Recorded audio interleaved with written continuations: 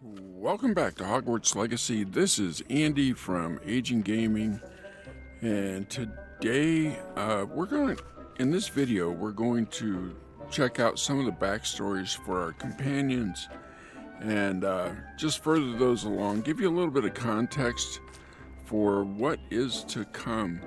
So, in the last video, we helped Poppy rescue a dragon from Horntail Hall.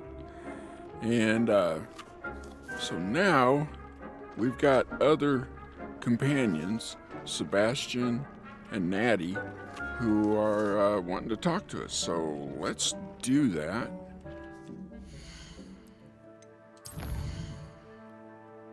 And while I understand it's probably not the most exciting video you'll ever see, I think the context is actually important. So here we go. We're going to go see Natty outside the divination classroom.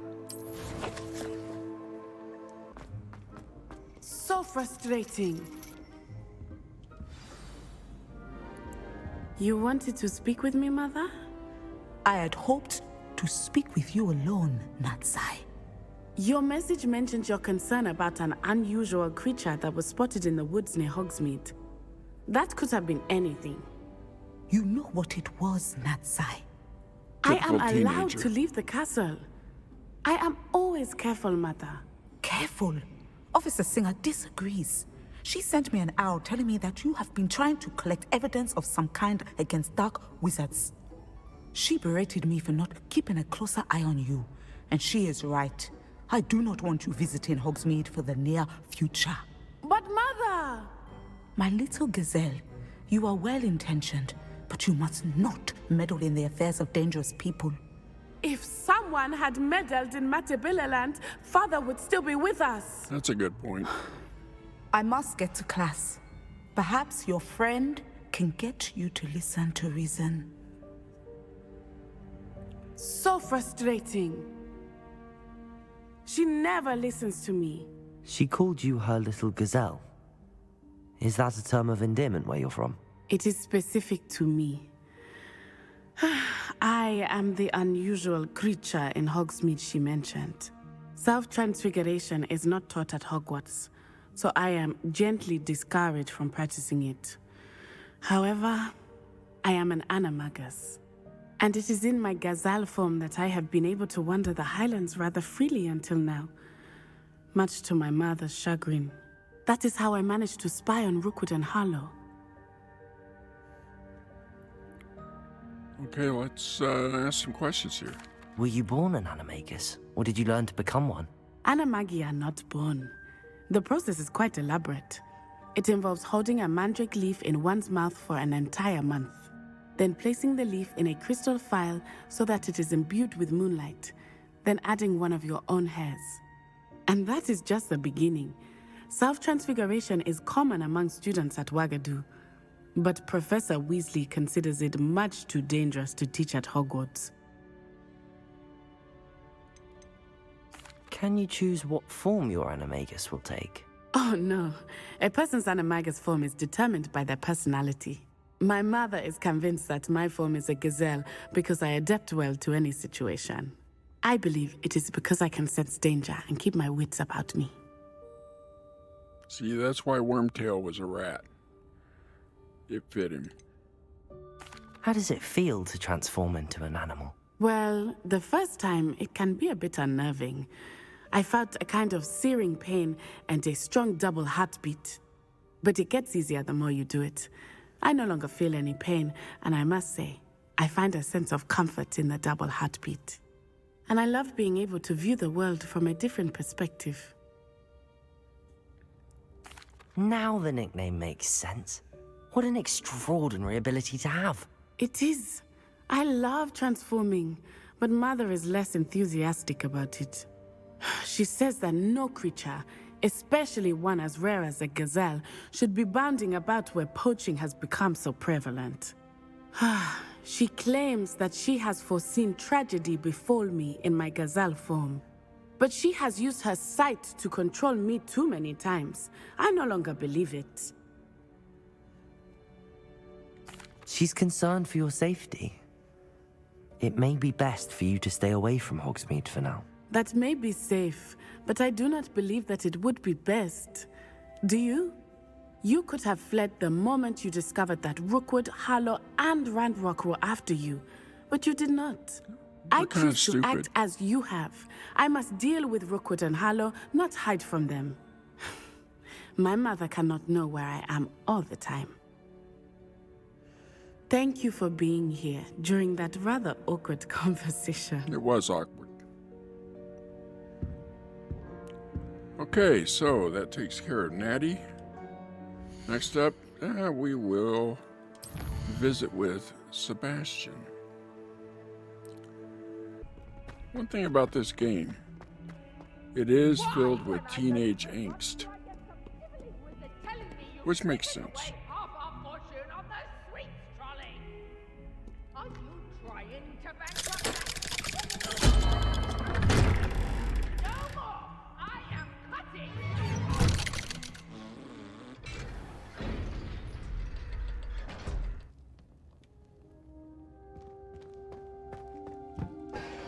You'll never believe what I've... What did you discover in the spellbook we found in the scriptorium?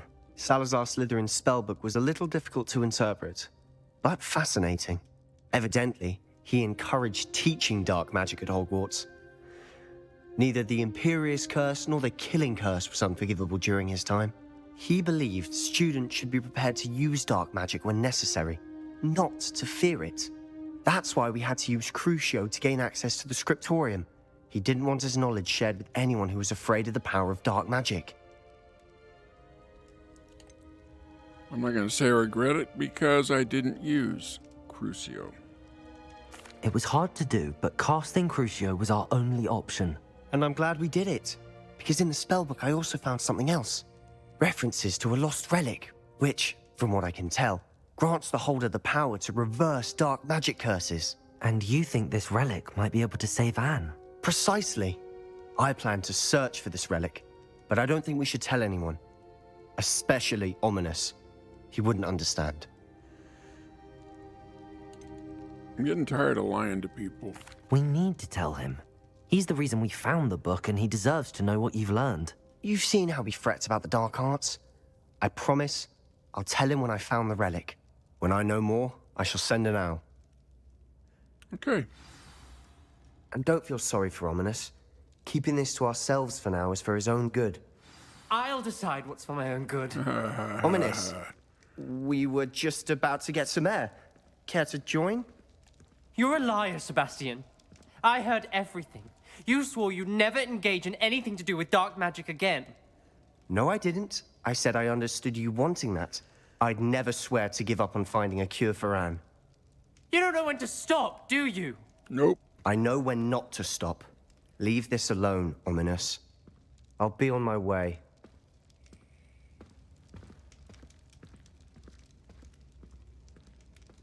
I am not letting this go. Ominous, Sebastian meant well. I appreciate you telling Sebastian not to keep this from me, but going after that relic is not a good idea. Sebastian doesn't even realize it, but he's as irresponsible and reckless now as his parents were years ago. It's why they died. You know, that's probably why his uncle, what's his name? Solomon or something like that. I can't remember his name. Anyway, he says that he's his father's son. I knew his parents died, but I never heard what happened. Mr. and Mrs. Sallow were professors. Spent nearly every waking moment in the cellar library. Noses buried in books. Anne and Sebastian were upstairs when it happened. They heard a sudden crash and ran downstairs, but it was too late. Their parents had crumpled to the floor. A defect with the lamp in the cellar caused the room to fill with an undetectable toxin. Sebastian and Anne were helpless. They had no magic yet. What a horrible story. It is. That's why I can't understand Sebastian's recklessness. I've practically lost Anne. I cannot lose Sebastian too. Please avoid anything to do with that spellbook. So he's saying that studying a book at night using a defective lamp is reckless, and just as reckless as casting dark arts. Yeah, I don't think the two equate. But hey, that's just me. Some references Sebastian mentioned in the book do worry me. I'm glad you understand. I hope Sebastian pursues this no further, but if you think he might, please let me know. It would mean a lot. Gotcha. I understand it would mean a lot. Okay. That conversation is complete. What do we got? Hey, Dragon, debrief. We're gonna talk to Poppy.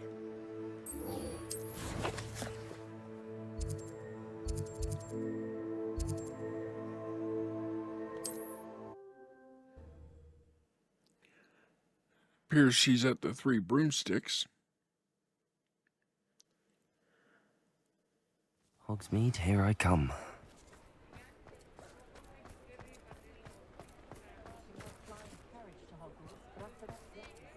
I think I went the wrong way there. Yep, I definitely did. Glad you came. Wish I had the courage to go into the forest. Over here. This is a change of pace from our last outing. Don't remind me. The thought of that tent still makes my blood boil.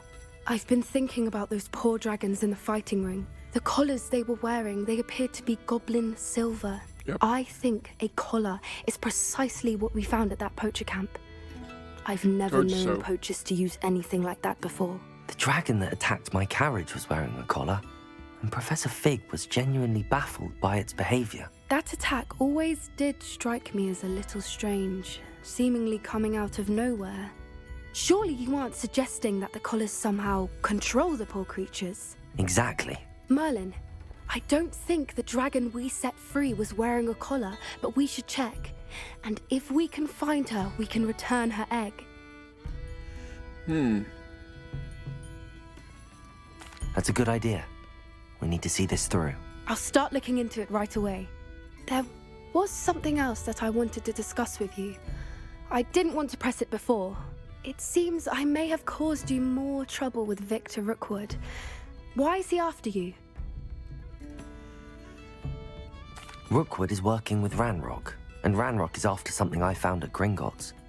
Fig had a portkey that led us there after the dragon attack. It's a bit of a long story, and Fig had asked that I not speak of it yet. Goodness. Well, that certainly helps to shed light on what we saw at the tent. Don't worry, I'll guard your secret as if it were my own. I shan't press for more details. In fact, I should probably be going. I'd like to track that dragon down as soon as I can. I'll let you know when I have news of her location. Okay. And what else we got?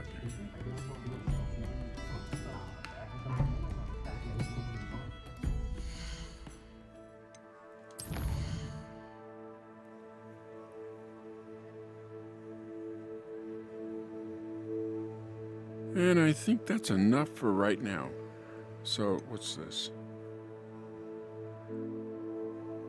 So, yeah, Lodgok sent us a message asking us to meet him at a goblin mine south of Hogwarts, and we need to bring someone who speaks gobbledygook, which Amit said that he speaks. So we need to go find Amit and then go to the goblin mine, and we're going to do that next time.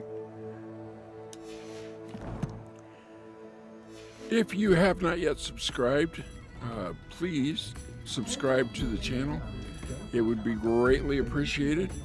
I love all my subscribers, and if you enjoyed this video, please give me a like, comment, share, all the things that YouTube loves, and I love it too.